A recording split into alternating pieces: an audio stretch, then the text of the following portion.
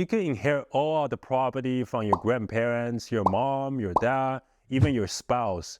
And in this video, you're going to learn about the different ways to do it. While he was still alive, Steve Jobs managed to gain an astonishing net worth of about $10.2 billion by blazing new trails in the tech industry and investing in companies such as Pixar, Disney, and of course Apple. But when he passed away in 2011, that wealth had to go somewhere, and the properties he owned had to belong to someone else. When people pass away, they still leave all of their assets behind. These assets are called estates.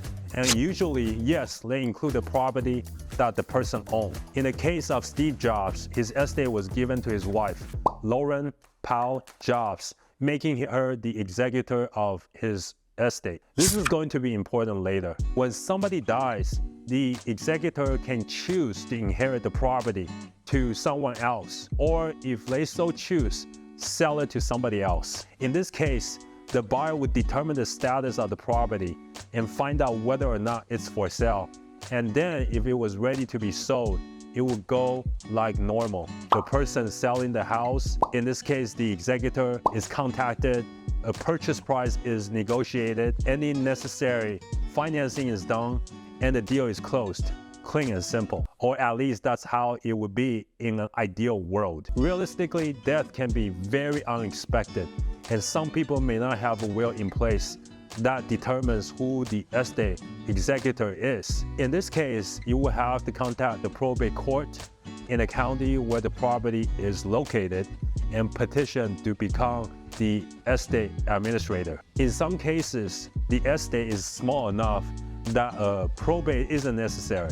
But even then, you still have to check with the probate court to see whether or not that's the case. In California, any property over $166,250 is considered an asset that would have to go through the formal probate. In the case of our friend Steve Jobs, his properties and assets were above that limit, a little over 61,000 times over that limit, in fact. If he didn't make Miss Lauren Powell Jobs the executor of the estate in his will, and nobody else was able to fill that role, then someone would have to take his assets to formal probate and petition to be the estate administrator. This is why it was so important that Lauren Jobs was made the executor. The difference between an executor and administrator is that an executor is defined in the will, whereas an administrator is appointed by the court. Meaning if Steve Jobs didn't make Lauren Jobs the executor, there would be no guarantee that she will be the one to handle the estate. But this only really happens in certain situations, and after this point, the sale goes on like normal. So this covers two scenarios, when someone is left in the will and when someone isn't. But that doesn't seem very fair to the relatives if nobody is left in the will, because anybody could just swoop in and put the assets to probate, right? Well, no. A good example of this is when Rock and Roll Hall of Famer Jimi Hendrix passed away. Because he was part of the infamous 27 Club, he had no will available and therefore no executor. So what happened then? Well, in this case, the family or relatives get priority to figure out who the property goes to. The relative goes through the same process of petitioning the probate court.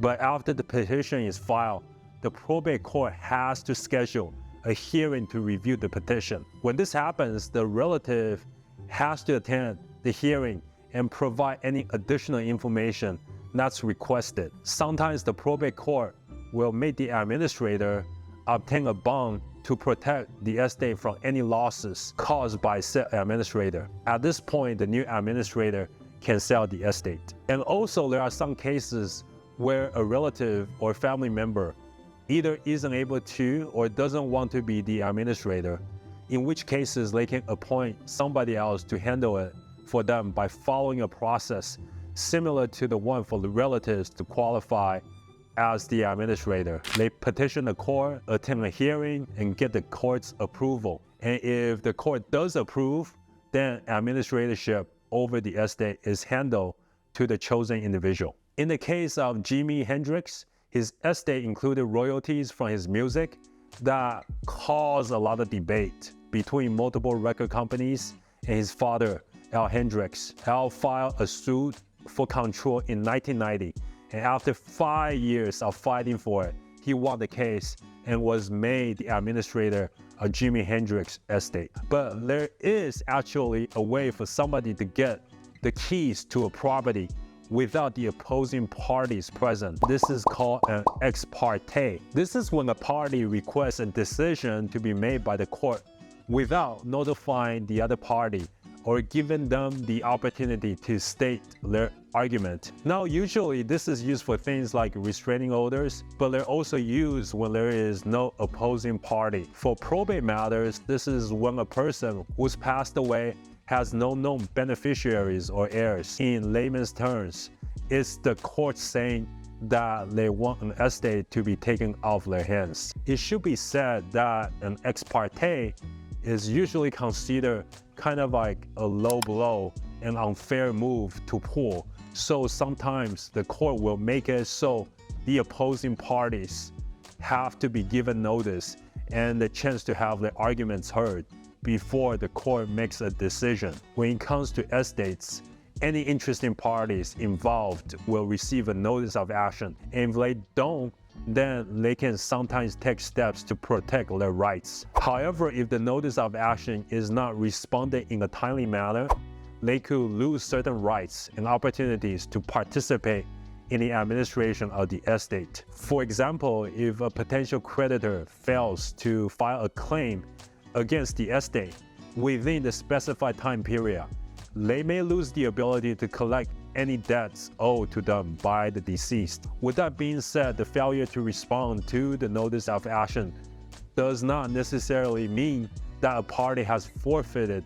all of their rights. Depending on the specific circumstances, a party may be able to take certain steps to protect their interests, such as filing a motion with the court to vacate any orders that were entered without notice, or challenging the administration of the estate if they believe it was conducted improperly. This flowchart makes it easy to understand.